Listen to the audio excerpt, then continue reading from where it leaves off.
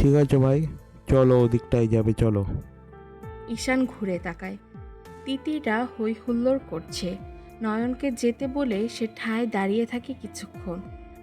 নয়ন মাথা নেড়ে দ্রুত পায়ে হেঁটে যায় বাকিদের দিকে। এতক্ষণ কোন খেয়ালে ছিল সেটা মাথায় আসতেই চমকে উঠল নিজেই। ধিক্কার জানালো নিজেকে। কি ভাবছিল সে এতক্ষণ? ছি, ছোট বোন হয় তার দিদির, সেটা মামাতো ফুপাতো যেমনই হোক, বোন তো বোনই। ঈশান বিরক্ত হলো নিজের ওপর। সবার এত এত বর্ণনায় মেয়েটাকে এত বছর পর একটু বেশি দেখার ইচ্ছে ছিল বোধহয়। রূপের বর্ণনায় চোখের সামনে মেয়েটার রূপেই সে ঘোরে চলে গেছিল, আর কিছু না। নিজেকে এক গাদা বুঝ দিয়ে হাঁটা দিল সবার দিকে। পকেট থেকে হাতড়ে ফোন বের করে কল করলো সাজিদকে। জানালো তারা আসছে, মালপত্র ভ্যানে তুলছে। ঈশান দাঁড়ায় ছেলেমেয়েগুলোর দিকে, সবাই হই হুল্লোড় করছে। এর মধ্যে তিতিরের মাথায় প্রিন্সেস ক্রাউন দেয়া হয়ে গেছে, কেক সাজিয়ে ফেলা হয়েছে। ঈশান তাকিয়ে আছে সেদিকে। মেয়েটা সত্যি স্নিগ্ধ। হঠাৎই বেশ কয়েক বছর আগের মেয়েটাকে থাপ্পড় মারার দিনটার কথা মনে পড়ে গেল। দারুণ মায়া হলো এই মুহূর্তে তার। এই গালে হাত তোলা যায়? তিতির এখন নিশিনুরির নয়নের কাছে সারাদিনের বিরক্তিকর অভিজ্ঞতা জানাচ্ছে হাত নেড়ে নেড়ে। পিছনে ভ্যানের শব্দে তাকালো সবাই। ভ্যান এসে পাশে থামতেই নিশে থতমত খেয়ে গেল। অনিতা, নুরি, সাজিদ মিটিমিটি হাসে দুজনের দিকে তাকিয়ে। রানা ইতস্তত করলো খানিকটা, তারপর স্বাভাবিকভাবে নামলো। নিশির দিক থেকে দৃষ্টি সরিয়ে জড়িয়ে ধরল ঈশানকে। নয়ন এসে হাত মেলালো দুজনের সাথে। সবাই মিলে মালপত্র নামিয়ে ভ্যানওয়ালাকে ভাড়া মিটিয়ে বিদায় দিল। অনিমা এগিয়ে এলো এবার। তাকে আসতে দেখে ভ্রু কুঁচকে কড়া চোখে তার দিকে তাকালো রানা। অনিমা সে দৃষ্টি থোড়াই পরোয়া করলো। ঈশানের পাশে দাঁড়াতে দাঁড়াতে বলল, হ্যাঁ রে ঈশান, বদিহারি, ওকে একটু ওদিকটায় যেতে দে। বেচারা ক্লান্ত, একটু এনার্জির দরকার। অনিমার। ঈশান না বোঝার প্রশ্ন করলো অনিমার দিকে। অনিমা আবার তাকালো রানার দিকে। রানা মাথা নাড়ছে কড়া চোখে। অনিমা বাঁকা হাসলো। মানে সবাইকে বসতে দে কিছুক্ষণ। সাজিদ রানা দুজনের কথাই বলছি আর কি। কেক টেক খাক, একটু এনার্জি হবে। সাথে সাথেই ঘুরে তাকালো নিশির দিকে। নিশি, ওখানটা পানির বোতলটা দাও তোমার রানা ভাইয়াদের। ভাই সম্বোধনটা আরো ভালো লাগলো না রানার। চোখ সরিয়ে নিল অনিমার থেকে। মেয়েটা তাকে অপদস্থ করার সুযোগ মোটেই ছাড়বে না, এটা তো জানার কথা। এখন তো শুধু ঈশানটার সামনে বাকিটুকু বলে না দিলেই হলো। তাহলেই ঘাড়ের মাথাটা রেল লাইনে গড়াগড়ি খেলো বলে। বেস্ট ফ্রেন্ড তাকে না জানিয়ে তার ওই বোনের সাথে বিগত 7 বছর হলো প্রেম চালাচ্ছে, এটা ঈশান আরশাদের কানে গেলে তার যে দফা ঠান্ডা করে দেওয়া হবে ভাবতে রানার গা শিউরে উঠল। তবে অনিমা আর কিছু বলল না। মিটিমিটি হেসে তিতিরের দিকে ফিরে তাগাদা দিল কেক কাটতে। কেক কাটা শেষে একে একে সবার মুখে তুলে দিল কেক। ঈশানের কাছে আসতেই হতবম্ব হয়ে গেল। এনাকে তো এতক্ষণ খেয়াল করেনি সে। ফর্সা একহারা মুখ, মাথায় চুলগুলো সাইড ব্যাক ব্রাশ করা, নুড গ্রিন শার্ট আর সাদা প্যান্ট। লম্বায় সে মানুষটার বুক অবধি হবে বোধহয়। কত হবে উচ্চতা? 6 ফুট তো ভালো মতো। বেশি ফুলে ফেপে শার্ট ভেদ করে আসতে চাচ্ছে। কালচে গোলাপি ঠোঁট, কপাল কুঁচকে তাকিয়ে আছে তারই দিকে। পুরুষ মানুষ এত সুন্দর কেন হবে যে প্রথম দেখায় মনটা বেহায়া হয়ে যাবে? এ আবার কোন ধরনের বিচার? সে এই মুহূর্তে কেকের টুকরো খান হাতে নিয়ে হাঁ করে দেখছে ঈশানকে। হুট করেই তাদের ড্রয়িং রুমে সাজিয়ে রাখা ফটো ফ্রেমের কথা মনে পড়ে গেল। হ্যাঁ, ওখানেই দেখেছে। দ্বিগুণ হাঁ হয়ে গেল মুখটা তার। অস্পষ্ট স্বরে বলল, ঈশান ভাই। ঈশান নির্বিকার চোখে তাকিয়ে রইল। মেয়েটার উপর রাগ লাগছে তার। কি আশ্চর্য, এতক্ষণে তাকে চোখে পড়ল। জলজন্ত একটা মানুষকে নাকি মেয়ে এতক্ষণ খেয়ালই করেনি। তাকে খেয়াল করেনি, ঈশান আরশাদকে খেয়াল করেনি। এটা মানা যায়? রাগ সংবরণ করল, গম্ভীর গলায় বলল, ভালো আছিস? তিতির মাথা নাড়ল হালকা। এই মানুষটাকে এতক্ষণ দেখেনি কেন সে? কেকের টুকরোখানা কী করবে বুঝতে পারছে না। সবাইকে তো খাইয়ে দিল, ঈশান ভাইকে খাবে? তিতিরের দোনোমনা বুঝতে পারছে সবাই। নিশি খপ করে তিতিরের হাতখানা টেনে নিল ভাইয়ের মুখের দিকে। উচ্ছ্বসিত গলায় বলল, হা করো দাদা ভাই, বারবি লজ্জা পাচ্ছে তোমাকে খাওয়াতে। ঈশান ডানে বায়ে মাথা নাড়ালো। হুম, তোরা খা, আমি এসব খাই না। নিশি মুখ বাঁকালো। একদিনেরই ব্যাপার তো। ঈশান চোখ বড় করে তাকালো নিশির দিকে। নিশি ছেড়ে দিল তিতিরের হাত। বুঝলো ভাই খাবে না যখন বলেছে, আর জোর করে লাভ হবে না। তিতির আবদার মাখা চোখে তাকিয়ে রইল কিছুক্ষণ ওভাবেই ধরো। ঈশানের কোনো সাড়া পাওয়া গেল না। হঠাৎ নয়ন হাত চেপে ধরল তিতিরের। হাত টেনে নিজের মুখে পুরে নিল কেকের স্লাইডটা। হাত বাড়িয়ে একটা টিস্যু নিয়ে সুন্দর করে মুছিয়ে দিল তিতিরের হাত। ঈশান তীক্ষ্ণ চোখে দেখল সবটা। হুট করেই মেজাজটা কেমন যেন আরও খারাপ হয়ে গেল। দুহাত পকেটে গুজে এগিয়ে গেল রাস্তার দিকে। ঘাড় ঘুরিয়ে গভীর গলায় শুধু বলল, সবাই 5 মিনিটের মধ্যে গাড়িতে উঠে বসবি। অভদ্রদের মতো সারা রাত রাস্তায় কাটানোর পরিকল্পনা করছিস নাকি? আর 1 সেকেন্ড অপেক্ষা করল না। দ্রুত পায়ে গটগট করে চলে গেল গাড়ির দিকে। ভাইয়ের আদেশে নড়চড় হলে কি হতে পারে তা সবার জানা আছে। হই হই পড়ে গেল সবার মাঝে। তাড়াহুড়ো করে সবটা গুছিয়ে নিল সবাই। একে একে দৌড়ে গিয়ে উঠে বসলো গাড়িতে। ঈশান স্টিয়ারিংয়ে হাত রেখে অপেক্ষা করছে। নয়ন আর তিতির এখনও এসে পৌঁছায়নি। ওদের দিকে তাকালো। তিতির একা একা ধীর পায়ে এদিক সেদিক তাকাতে তাকাতে আসছে। ঈশান বিরক্ত হলো। বললই তখন জলদি আসতে। মেয়েটা কেমন হেলে দুলে আসছে। ঈশান গাড়ি ছাড়ছে না দেখে পিছন থেকে নিশি ডাকলো, ভাইয়া। বারবি, নয়ন ভাইয়ের বাইকে যাবে ভাইয়া, চলো যাই। নিজের অজান্তে স্টিয়ারিং শক্ত করে চেপে ধরলো ঈশান। বাইকে যাবে মানে কি? ঈশানের তীক্ষ্ণ গলার স্বরে চমকে উঠল সবাই। নুরি এবার আমতা আমতা করলো। তিথিরটা বাইক খুব ভালোবাসে কিনা, নয়ন ভাই তো তাই বাইক নিয়ে আসলো। বাড়ি থেকেই তো বলে এসেছে। শোনোনি ভাইয়া? ঈশান কিচ্ছু বলল না এবার। সে বাইরেই তাকিয়েছিল। নয়ন এসে বাইক থামালো তিতিরের পাশে। এক হাত নয়নের কাঁধে রেখে উঠে বসলো তিতির। নয়ন পেছন ঘুরে দেখে নিল মেয়েটার জামাকাপড় ঠিক আছে কিনা। সামনে তাদের বাড়ির গাড়ি বাইকে এক টানে নিয়ে এসে থামলো গাড়ির পাশে। ভ্রু তুলল। ভাইয়া এখনো অপেক্ষা করছো? গাড়ির সাথে সাথে চল, এভাবে এত রাতে আলাদা না যাওয়াই ভালো। ঈশানের কথায় নয়নও সম্মতি জানালো। পাশাপাশি চলতে থাকলো গাড়ি আর বাইক। ঈশান কিছুক্ষণ পর পর আর চোখে তাকাচ্ছে ডানে। তার কথা মতো নয়ন বাইকটা গাড়ির সমানে সমানে রাখছে। তিতির নয়নের কাঁধে হাত রেখে বসেছে। কি কি যে গল্প করছে এত! মুখ থেকে হাসি সরছেই না মেয়েটার।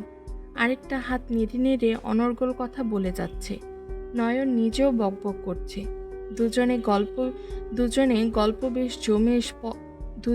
গল্প বেশ জমে স্পষ্ট বুঝতে পারছে ঈশান। হঠাৎ পিছিয়ে গেল সামান্য বাইকটা। ঈশান বিরক্ত হলো। ভ্রু কুঁচকে তাকালো লুকিং গ্লাসে। এখন অবশ্য মেয়েটার মুখ স্পষ্ট দেখতে পাচ্ছে। পাশাপাশি বরং তাকাতে অসুবিধা হচ্ছিল। আধখোলা বেবি হেয়ারগুলো একগোছা ওড়াউড়ি করছে, চোখ মুখ ঢেকে দিচ্ছে। মেয়েটার সেদিকে খেয়াল নেই। সাদা দোপাট্টাটা পেছনে উঠছে। একটু পর পর ঠান্ডা বাতাসের আবেশে চোখ মুখ বন্ধ করে অনুভব করছে যেন। আর রইল বাকি মুখের হাসি। ওটা এক মুহূর্তের জন্য সরছে না। স্বর্গের অপসরা লাগছে যেন। গাড়ির ভেতর সবকটা উচ্চস্বরে গল্পগুজব করছে। হঠাৎ কাঁধে ধাক্কায় চমকে তাকালো বাঁ দিকে। বাঁ পাশে নিয়াজ বসেছে। ঈশান তাকাতে দুভ্রু উপরে তুলে বলল, কখন থেকে ডাকছি সবাই, কোথায় আছিস? রুষার কাছে। পিছন থেকে অনিমার গলায় হাসির রোল পড়ে গেল পুরো গাড়িতে। ঈশান খানিকটা অপ্রস্তুত হয়ে পড়ল। টনকটাও নড়ল বোধ হয়। অবচেতন মনটা ব্যঙ্গ করল তাকে তিতিরকে নিয়ে এভাবে ভাবার জন্য। বাকিদের কথাশলয় কান দিল না। আর না তো ওদের গল্পগুজবে সায় দিল। মনোযোগ দিল ড্রাইভিংয়ে। মধ্যরাত। ঘড়িতে সময় দেখাচ্ছে রাত 1:45। অথচ দিয়ানবাড়ির বাইরে বা ভেতরে কোনোটা দেখেই বোঝার উপায় নেই এখন রাত। ঈদের মতো হইচই বাড়ির ভেতর। বাড়ির গিন্নিরা রান্নাঘর থেকে ডাইনিংয়ে ছোটাছুটিতে ব্যস্ত। ছোটরা এই ঘর থেকে সে ঘর, হবে নাই বা কেন। কতগুলো বছর পর বাড়ির সবকটা ছেলে মেয়েকে একসাথে পাচ্ছে তারা। কর্তারা সোফায় বসে টিভি ছেড়ে নিজেদের মধ্যে গল্পগুজবে ব্যস্ত। উচ্চস্বরে হাসাহাসির আওয়াজও আসছে। তিতিরটাকে পেলে তার মামারা বোধহয় আকাশের চাঁদ হাতে পায়। আদরের একমাত্র বোনের ছায়া খুঁজে পায় এই মেয়েটার মধ্যে। তিতিরটা দেখতে একদম তার মায়ের মতো। তিতির বাসায় এসে সবার আদরে আদরে দম ফেলার সময় অবধি পাচ্ছে না। এইমাত্র এসে দাঁড়ালো তার নানু আপুর রুমের সামনে। নানু যে ঘুমায়নি সে সেটা জানে। আলতো হাতে দরজায় টোকা দিল। ভেতর থেকে গলা শোনা গেল সাথে সাথেই। কে? আমার পুতুলটা না? আয় আপু আয়। তিতির প্রশান্তির হাসি হাসে, দরজা ঠেলে ভেতরে ঢোকে। চন্দ্রাদিয়ান হাতে তসবি নিয়ে বিছানায় হেলান দিয়ে পা লম্বা করে বসে। তিতির এক প্রকার ছুটে গিয়ে ঝাঁপিয়ে পড়ল তার কোলে। চন্দ্রা দেওয়ানের চোখ থেকে টপ টপ করে কয়েক ফোঁটস পানি এসে পড়ল তিতিরের মাথার উপর। দু হাতে মাথার চুলগুলো সরিয়ে সোজা করে জাপটে ধরল নাতনিকে। দু হাতে আজলাই নিল মুখখানা।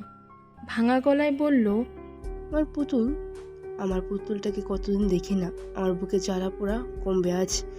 তিতির নিজেও কেঁদে ফেলে। এই মানুষটা তার মাঝে নিজের মেয়েকে খোঁজে।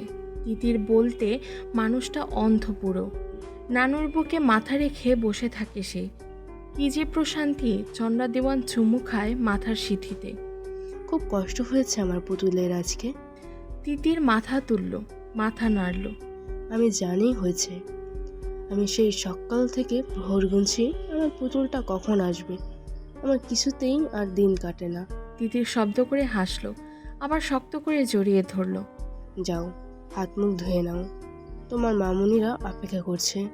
তোমার জন্য কত কিছু রান্না করেছে সারাদিন। যাও নানু যাও। তিতির উঠে দাঁড়ায়।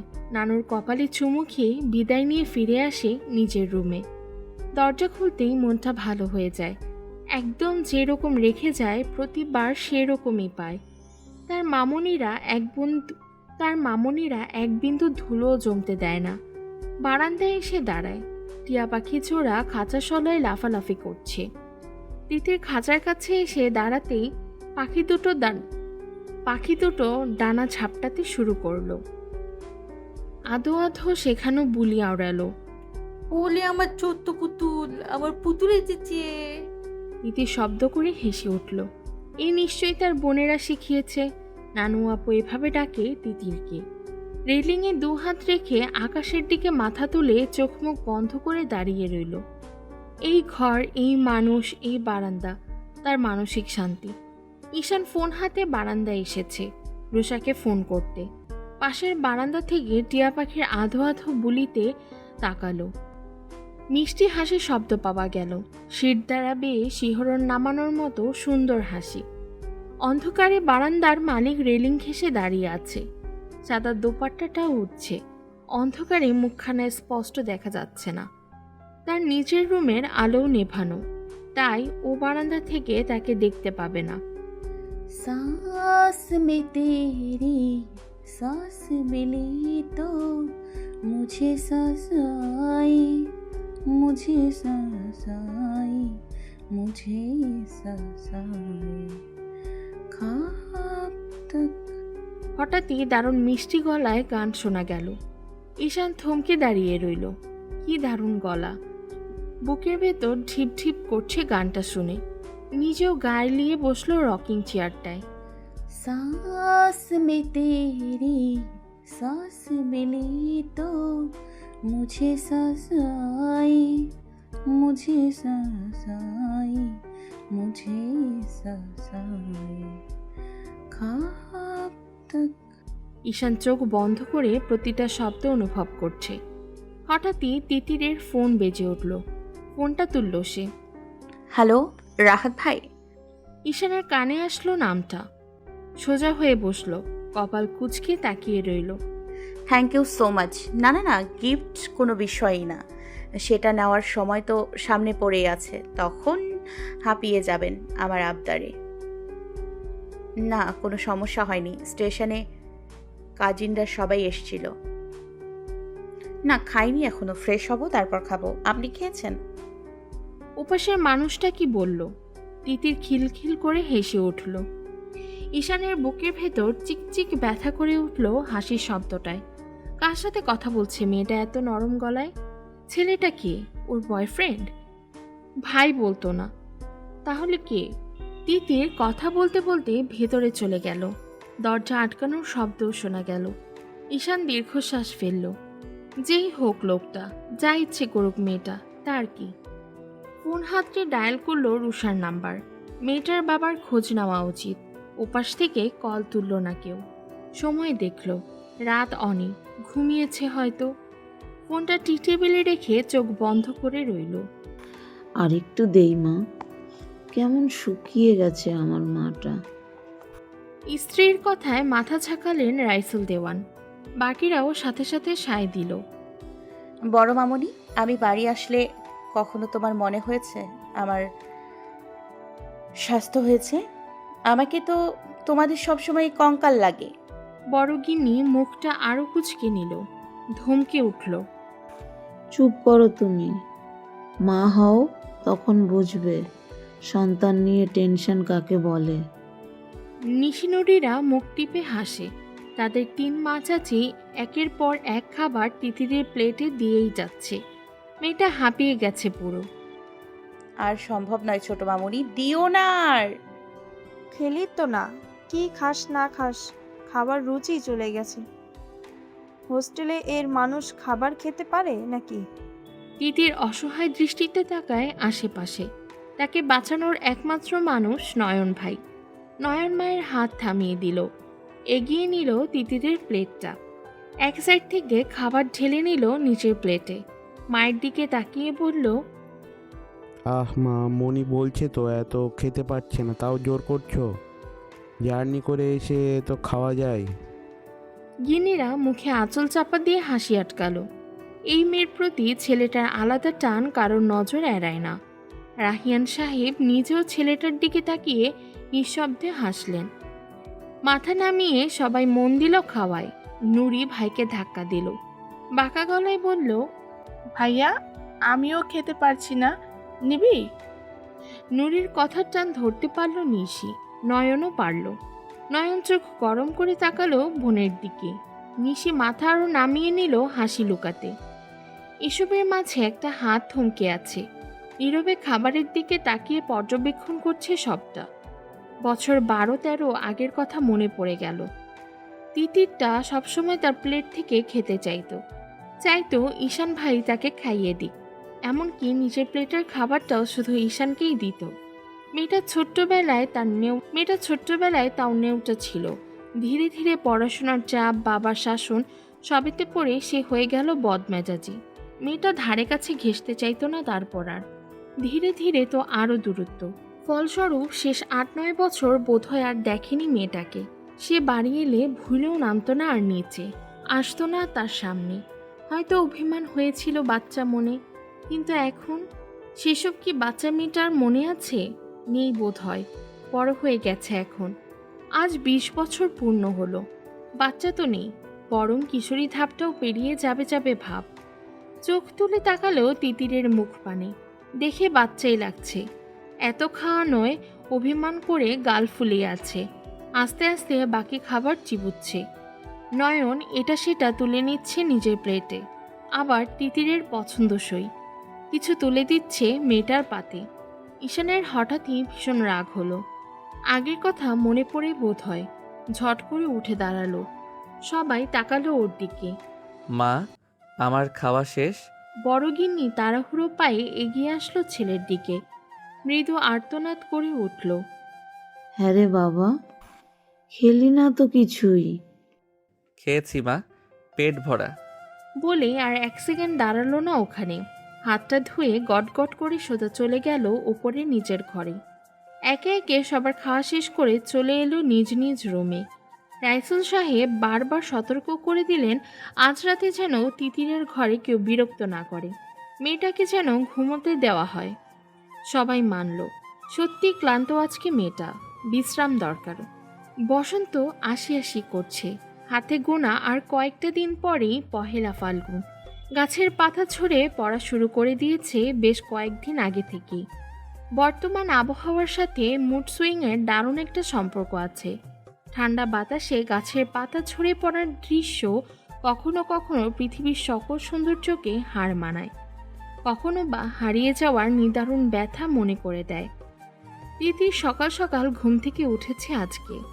এত রাত করে ঘুমানোর পরেও একাই সাত সকালে ঘুম ভেঙে গিয়েছে। তার কারণ অবশ্য অনেকগুলো।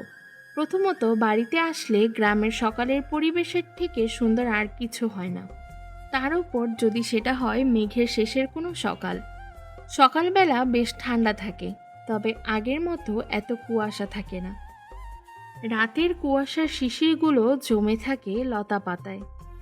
তারপর তিতিরের টিয়া পাখিগুলো তো আছেই, সকাল সকাল হই হাঙ্গামা শুরু করে দেয়। সাথে গ্রামে আরও পাখির কলকাকলি তো আছেই। তিতির বারান্দায় দাঁড়িয়ে আছে। সকাল 6টা বাজে। নিচে মালিকাকা আগাছা পরিষ্কার করছেন। পাশেই বেশ কয়েকটা মরিচের চারা দেখা যাচ্ছে। ড্রাইভার আঙ্কেল গাড়ি ঘষা মাজা করছেন। দারোয়ান টুলে বসে তসবি পড়েছে। ঠান্ডা বাতাস বয়ে যাচ্ছে এই মুহূর্তে। শীত লাগছে বেশ। তিতির চাদরটা ভালো মতো জড়িয়ে নিল গায়ে। পিছিয়ে বসলো বেতের চেয়ারটাতে। নিশিনুরি আপু নিশ্চয়ই এত সকালে ওঠেনি। বড় মামা আর মামনিরা ছাড়া কেউই ওঠেনি সম্ভবত। নানু আপু নিশ্চয়ই নামাজ করে আবার শুয়েছে। তিতির আবেশে চোখ বন্ধ করে নেয়। কি প্রশান্তির পরিবেশ! পরিষ্কার ঠান্ডা বাতাস নাক দিয়ে মাথায় গিয়ে লাগছে। দূরের জমিগুলো দেখা যাচ্ছে। কিছু জমিতে হাল বাওয়া হচ্ছে।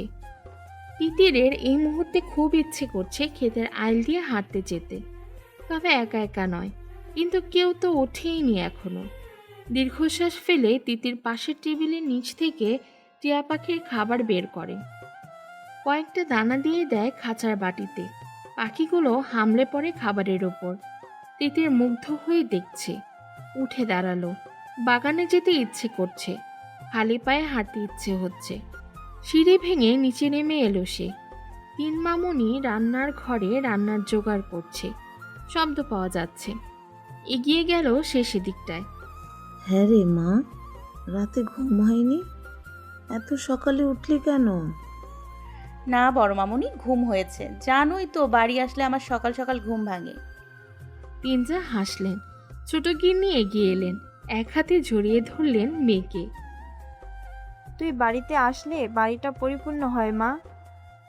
খাবি কিছু? খিদে পেয়েছে? চা দেই? তিতির হেসে মাথা নাড়ে।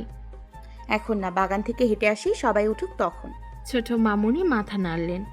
তিতির বাগানে এসে দাঁড়ালো। এক সাইডে জুতা খুলে পা রাখলো শিশির ভেজা ঘাসে। ইস, কি যে শান্তি! নিজের বাড়ির মতো শান্তি এই দুনিয়ায় আর কোথাও হয় নাকি। তিতির হাত বাড়িয়ে গাছ থেকে একটা নয়নতারা তুলে নিল। আলতো হাতে গুছলো বা কানে, আরেকটা হাতে রাখলো, ঘোরাতে লাগলো। গুনগুনিয়ে গান গেয়ে হাঁটতে লাগলো গুটি গুটি পায়ে ভেজা ঘাসে। সূর্যের রশ্মি দেখা যাচ্ছে, সূর্য উঠছে সবে। তিতির দোলনায় এসে বসলো। গদির মতো দোলনা, দুপা তুলে আরামে হেলান দিয়ে বসা যায়। কয়েক বছর আগেই তার মেজ মামা তার জন্য এটা নিয়ে এসেছিল। মামা অবশ্য তার রুমেই সেট করে দিতে চেয়েছিল, কিন্তু তিতির গার্ডেনে সেট করেছে। ক্রিং ক্রিং ক্রিং কোণের বিকট আওয়াজে ঘুমন্ত অবস্থাতে কপালে বেশ কয়েকটা ভাঁজ পড়ল ঈশানের। উদাম শরীরে উপর হয়ে শুয়ে আছে সে। কোমরে 3/4 শর্টস। 7 সকালে কে ফোন করেছে, রাতে সাইলেন্ট করার কথা খেয়ালই ছিল না। চোখ বোঝা অবস্থাতে হাতড়াতে লাগলো। বালিশের তলা থেকে বের করলো ফোনটা। আধ খোলা অবস্থায় তাকালো। রুষার নাম্বার দেখাচ্ছে। মোটেই আগ্রহ পেল না। মেয়েটা বদলে গেছে পুরো। তার অভ্যাস অনভ্যাসের তাল থাকে না আজকাল মেয়েটার। সে কখনো ছুটির দিনে এত সকালে ওঠে? মাথা এলিয়ে রাখলো বালিশে। কল রিসিভ করে কানে ধরলো। হ্যালো। ঘুমাচ্ছিলে? হুম। সরি ডিস্টার্ব করার জন্য, কিন্তু আমার আসলে কিছু ইম্পর্টেন্ট কথা ছিল। শুনেছি। আমার জন্য একবার দেখা করতে আসতে পারবে আজকে? বাড়ির সবাই ঠিক আছে? হ্যাঁ, সবাই ঠিক আছে। তাহলে অন্য একটা দরকারে। আনতে যেতে হবে? না, তার জন্য নয়। কামন রুষা, তুই জানিস আমি এখন বাড়িতে আছি। এখন তোর বাসায় যাওয়া পসিবল? যা বলার ফোনে বল। ঈশান, হঠাৎ চুপ হয়ে গেল রুষা। ঈশান চোখ পিটপিট করে তাকালো ফোনের দিকে। না, কল তো কাটেনি। Rusha, are you there? তবুও বেশ কিছুক্ষণ শব্দ পাওয়া গেল না। তারপর শোনা গেল রুষার গলা। ঈশান, আমি পরে কল করছি কেমন? বাবা বোধহয় ডাকছেন। ওকে। কল রেখে উপর হয়ে চোখ বুজে শুয়ে রইল ঈশান। আবার তাকালো, সময় দেখল, ঘড়িতে 8টা বাজে। কমফোর্টটা সরিয়ে উঠে বসলো, দু হাতে মুখ ডলল, চুলগুলো পেছন দিকে ঠেলে দিল দু হাতে। অসময়ে কল দিয়ে ঘুমের 12টা বাজিয়ে দিল মেয়েটা। কাজের কথাটাও বলল না। বিছানা থেকে নেমে বাথরুমের দিকে এগিয়ে গেল। ফ্রেশ হয়ে বেরিয়ে গায়ে সাদা টি শার্ট জড়িয়ে ফোন হাতে এসে দাঁড়ালো বারান্দায়। নিচে যেতে হবে, 1 কাপ কফি না খাওয়া অবধি শান্তি নেই, মাথা ধরবে। গুটিসুটি মেরে বেড়ালের বাচ্চার মতো একজন ঘুমোচ্ছে। ঈশান ভ্রু কুচকে তাকিয়ে থাকে। এই সকালবেলা ওখানে গিয়ে কে ঘুমাচ্ছে? নিশিনুরি তো মনে হচ্ছে না। নেমে এলো নিচে। বুয়াকে কফি পাঠাতে বলল গার্ডেনে। কাছাকাছি আসতেই চোখে পড়ল সামনের মানুষটাকে। তিতির ঘুমিয়ে আছে দোলনায়, ওড়নাখানা গলায় ঝুলানো, তবে বেশিরভাগ অংশই ঘাসের ওপর পড়ে আছে। খোলা দীর্ঘ কেশরাশি ঘাসের ওপর লুটোপুটি খাচ্ছে। কাত হয়ে 2 হাত জোর করে বাঁ পাশের কানের নিচে দেওয়া। ঈশান স্থির দৃষ্টিতে তাকিয়ে রইল। সত্যি বিড়ালের বাচ্চাই লাগছে। হঠাৎ একটু নিচের দিকে চোখ পড়তেই অপ্রস্তুত হয়ে পড়ল সে। ওড়নাটা গলায় পেঁচানো, বুকের ওপর নেই। কাত হয়ে শোয়ার ফলে জামার গলা বাঁকা হয়ে বেশ অনেকটাই শরীরের অংশ চকচক করছে। বিপজ্জনক ভাঁজ স্পষ্ট দেখতে পাওয়া যাচ্ছে। বাঁ পাশের অংশের বেশ ভেতরের দিকে কালো কুচকুচে একটা তিল দেখা যাচ্ছে। ঝট করে চোখ সরিয়ে নিল ঈশান। 2 হাতে চোখ ডলে দোলনার অপর পাশের টেবিলে বসলো। ফিরে তাকালো তিতিরের দিকে, ওদিক কাত হয়ে আছে। বিরক্তি দেখা গেল ঈশানের চোখে মুখে। মেয়েটা 1 নাম্বারের গাধা। ঘর নিয়ে নাকি এখানে খোলা আকাশের নিচে ঘুমানোর মানে হয়? আর কেউ এখন এদিকটায় না আসলেও একটু পর মালি আসবে। মালির সাথে তার ছেলেটাও কাজ করে, জোয়ান ছেলে, তিতিরের থেকে খানিকটা বয়সে বড়। এ অবস্থায় দেখলে সে নিশ্চয়ই এত সহজে চোখ ফিরিয়ে সরে যাবে না। আর ওড়না নেওয়ার স্টাইল এটা কি আজব! এখনকার মেয়েগুলো রং ঢং বোঝা যায়। পুরুষ মানুষের হয়েছে যত জ্বালা, গিয়ে ঠিক করেও দিতে পারছে না। খারাপ দেখায় বিষয়টা। হঠাৎই পায়ের আওয়াজে চমকে উঠে চোখ তুলল। নয়ন খবরের কাগজ হাতে এগিয়ে আসছে। ঈশান তাকালো এক নজর তিতিরের দিকে। আরও বিপদ বাড়াতে মেয়েটা এখন সোজা হয়ে শুয়েছে। ঠিক কিচ্ছু হয়নি, উল্টো আরও চোখে পড়ছে এদিক থেকেও। ঈশান চোখ ফেরালো আবার। নয়ন ততক্ষণে এসে বসে পড়েছে বেতের চেয়ারটায়। ঈশান খেয়াল করলো নয়নকে। খবরের কাগজে কিছু একটা মন দিয়ে পড়তে পড়তে আসছিল, তাই তিতিরকে দোলনায় খেয়াল করেনি। কাগজটা রেখে ঈশানের দিকে চিন্তিত চোখে তাকালো। চাকরি বাকরি করবো না ভাই, সিদ্ধান্ত নিয়েছি। কেন, আবার কি হলো? কি পরিমাণ কারাপশন সব জায়গায় দেখছো। ঈশান হাসে। তা তো সবখানেই। ওইটাই, কি দরকার পেশার নিয়ে? তোমার মতো জিনিয়াস নয় যে সব কিছুর ঊর্ধ্বে হয়ে যাবে। এর চেয়ে ভালো বিজনেসে জয়েন করে ফেলি, কি বলো? তোর যেটা ভালো মনে হয়। আমি নিজেও ভাবছি বাবা চাচুদের ওপর প্রেশার কমাতে বোধহয় তোকে আর আমাকে হাত লাগাতে হবে, যতদূর বুঝলাম। ঈশানের কথায় চকচক করে উঠল নয়নের চোখ মুখ। সত্যি ভাই, গ্রেট, ট্রাস্ট মি। বড় আব্বু দারুণ খুশি হয়ে যাবে। ঈশান হাসে ভাইয়ের কথায়। রহিমা খালা এসেছে কফি দিতে। 2 ভাইকে কফি ঠেলে দিয়ে চলে গেলেন উনি। অসহ্য, পর্দা টেনে দে মিনুর বাচ্চা। ঘুমন্ত মেয়েলি গলার আওয়াজে চমকে আশেপাশে তাকায় নয়ন। ঈশানও তাকিয়েছে বইকি।